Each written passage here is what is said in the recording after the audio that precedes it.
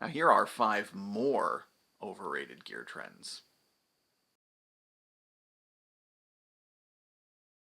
Hey everyone, I'm Jack Fossett. Welcome to the channel and welcome to Real Guitar Talk. This is a second follow-up actually to a trends video, and I've done 5 overrated trends and then 5 trends that I actually like, and now I want to do 5 more overrated trends, really just because I've gotten a lot of great thoughtful responses, and it got me thinking and kind of gave me some new ideas of things to talk about.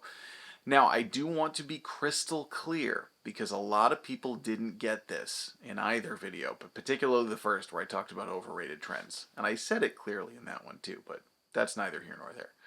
A trend is not the product itself. Many of these products I think are actually quite good. It's about the hive mentality or the tribal mentality that frequently goes hand in hand with the marketing. They sort of work off of each other. They feed each other, if you will. Most of the time it starts with players kind of being like, oh, you need this, you got to do it this way, you have to have this, and then the people in the guitar companies pick up on that and then make products to suit what people say that they need. But sometimes it's the other way around. Sometimes it's a company that comes out with a great new product and they sort of, manipulate a little bit to get everyone to think that they need this great new product. Many of these products are really good products. It's not a question of whether or not the products are good. It's a question of whether or not everyone actually needs them or whether or not people need to think a certain way, which, spoiler alert, the answer is no. You don't need, when it comes to guitar products, you really don't need to think a certain way. You do it however it works for you. So, number 5. This one's kind of a follow-up to the last one where I talked about locking tuners, which was sort of an afterthought. I just kind of thought like, yeah, locking tuners, always thought they were overrated. I got a lot of responses on that one. And after reading all the responses, I still haven't changed my mind. I still think locking tuners are generally pretty unnecessary. I don't think they're bad. I think they're unnecessary. But it got me thinking more along the lines of, these crazy guitars that have all the bells and whistles that are often marketed as pro guitars. And many of them are great guitars. Again, I'm going to just keep hitting that point in this video. Many of them are great guitars, but it got me thinking, like, who are the pros that are using these? Because, I know a lot of touring guitar players and gigging guitar players and session players, and those guitars aren't necessarily what they pick. The pros that do use this guitar, at least in my experience, tend to be guys who are in function bands. They tend to be in, these big high-end, bands that play at weddings or parties or whatnot. And they are pros. I'm not saying they're not pros. My point is that that's a generally pretty small subset for a big marketing campaign. So it just made me think, like, okay, what does it even mean to be a pro guitar player? And you can let us know what you think in the comments. But I know all kinds of people at varying levels of, notable guitar playing. And the truth is, many of the ones who are really successful, they all want to play vintage instruments. Now, is that because they're actually better, or is part of it because of the image thing? I don't know. But really, that's what I see them playing. And if they need more versatility of sound, they're getting it from the rest of their rig, from the amplifier and effects, because those will vary your tone way more dramatically than the guitar that you're using. And yes, that is a hill that I will die on. Which leads me to number 4. I've even talked about this in reviews, so I'm probably as guilty of this as anyone else, but versatility really isn't everything. It's like the superfood craze. Everybody remember when all of a sudden, superfoods and whatnot? Well, if you eat a well-balanced diet with a lot of nutrition, you don't need all your foods to be superfoods. If you eat one vegetable that's really good for one thing and then you eat something else that's really good for something else, you don't need to have one food that has everything. It's kind of like that with guitar gear. I've got a bunch of pedals that are super, super tweaking, and you can do this with it, you can do that with it, da da da. And I pretty much find the way that I like it and I use it one way. The same as another pedal that might have 2 knobs on it. So, if you find something that you like and it works for you, versatility doesn't need to be there. It can just do what it does, and it can do what it does really well. Because a lot of this stuff, let's be honest, a lot of the stuff we get, we may freak out about the versatility, but I'll bet a lot of you do the same thing. I bet a lot of you get stuff and just kind of run it the way that it works for you. Obviously, there are exceptions to the rule. There are players who need to get varying tones a lot again, so I'm not saying that's everyone. But my point is that if a product does one thing really well, that doesn't make it useless, or you shouldn't necessarily say like, well, it's just a one-trick pony. It's like, well, maybe it is, but maybe that's a really good trick. We're going to change gears a little bit. Number 3.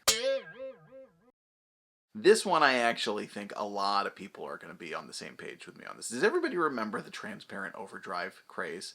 I don't know, 15 years ago or something. It was just like if you were playing an overdrive, it had to be a transparent overdrive. It had to not color your amplifier tone in any way. Your amplifier had to just sound like it was louder with a little bit more of its own gain, or your pedal was crap and it was destroying your tone.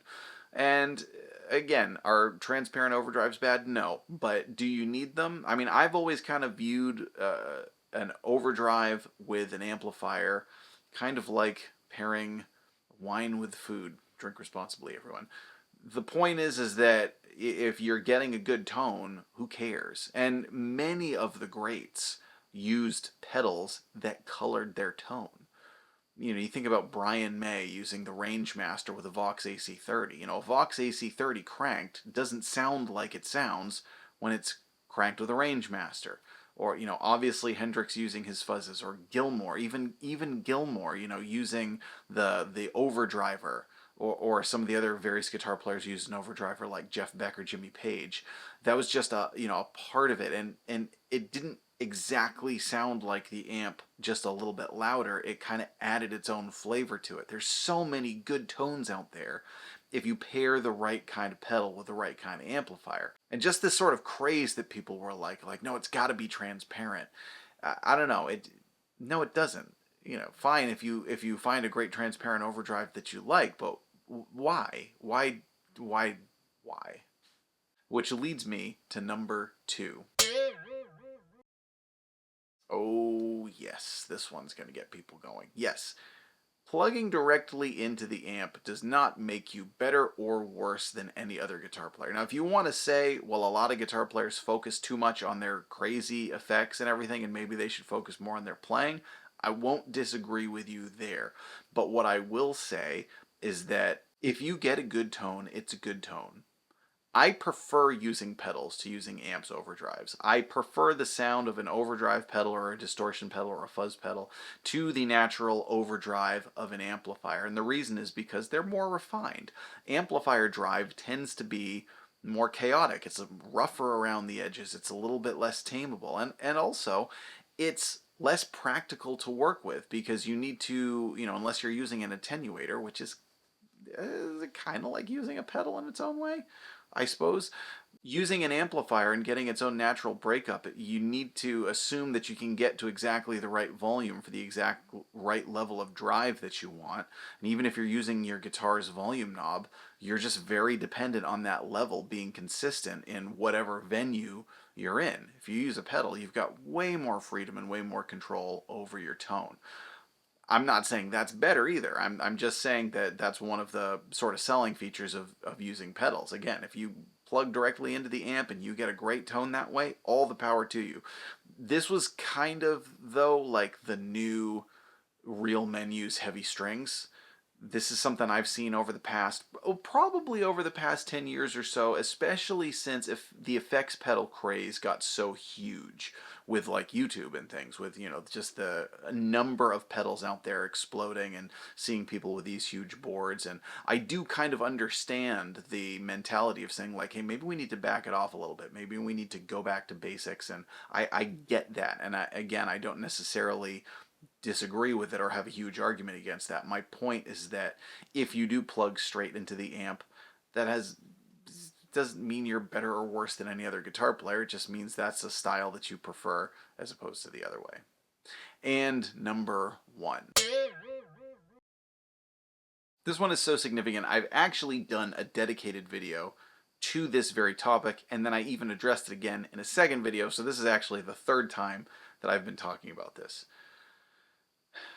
We should not put so much thought into what level a guitar is compared to another guitar. If you find a guitar that you like, that should be enough, and you shouldn't have to do the keeping up with the Joneses game of this is better or that's worse. Now, I think a lot of this, does it come from the fact that there are people with higher end guitars who will put down people with low end guitars? Yes, absolutely.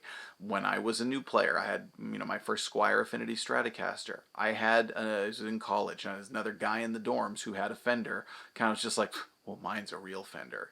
Yeah, and that doesn't feel good because I loved my guitar and somebody put me down for it. This Fender Stratocaster behind me, the red one, probably I don't have a favorite guitar, but that's like kind of my favorite guitar. That's not even the best Fender that I own. And, I actually went to a store once and was talking with a guy who was into GNLs. And, I mentioned how much I love my Fender Stratocaster. And he kind of went, let me give you all the reasons why your Fender Stratocaster is crap and my GNLs are better. And, like, yeah, first of all, that guy needs to work on his social skills. That aside, my point is I know what that feels like. And, yeah, it feels lousy. But I actually see more players playing lower end guitars, or let's say more budget friendly guitars, putting down players who invest into higher end guitars. I see more of the vitriol and anger coming the opposite direction, saying, why were you so stupid in buying all this, this higher end guitar when all you're paying for is the name on the headstock or this or that, because my guitar is just as good or better than any of those. And listen, doing reviews, I've been able to get my hands on a lot of different guitars. Is there some variance within certain price brackets? Absolutely. Sometimes in like this price bracket, you can play one down here that's, better than one that's kind of right here. But it's when it gets wider that it just starts getting more and more ridiculous. I've played Harley Bentons and I've played Squire Classic Vibes, and they're fine guitars. And if you play one, you should absolutely be proud of it and not feel bad about it. But like, are they better than high-end American and custom shop ones? I've never found that to be true. And when you hit it that hard and be like, yeah, well, mine really is, it kind of seems like you're compensating. It kind of seems like you're trying to keep up with the Joneses and be like, the reason I got this was because it's actually better. And it's like, first of all, again, whatever people can afford and can make sound good, who cares? Obviously, a dentist with a $10,000 PRS is probably not going to play as well. Maybe they do, as a guy who's hitting the clubs every single weekend who can't afford much more. It really doesn't have anything to do with your skill level as a guitar player or with your character as a person. Neither of those things are roped into what guitar you own. But when you say that, it's just sort of playing that same keeping up with the Joneses game that I think you're trying to avoid.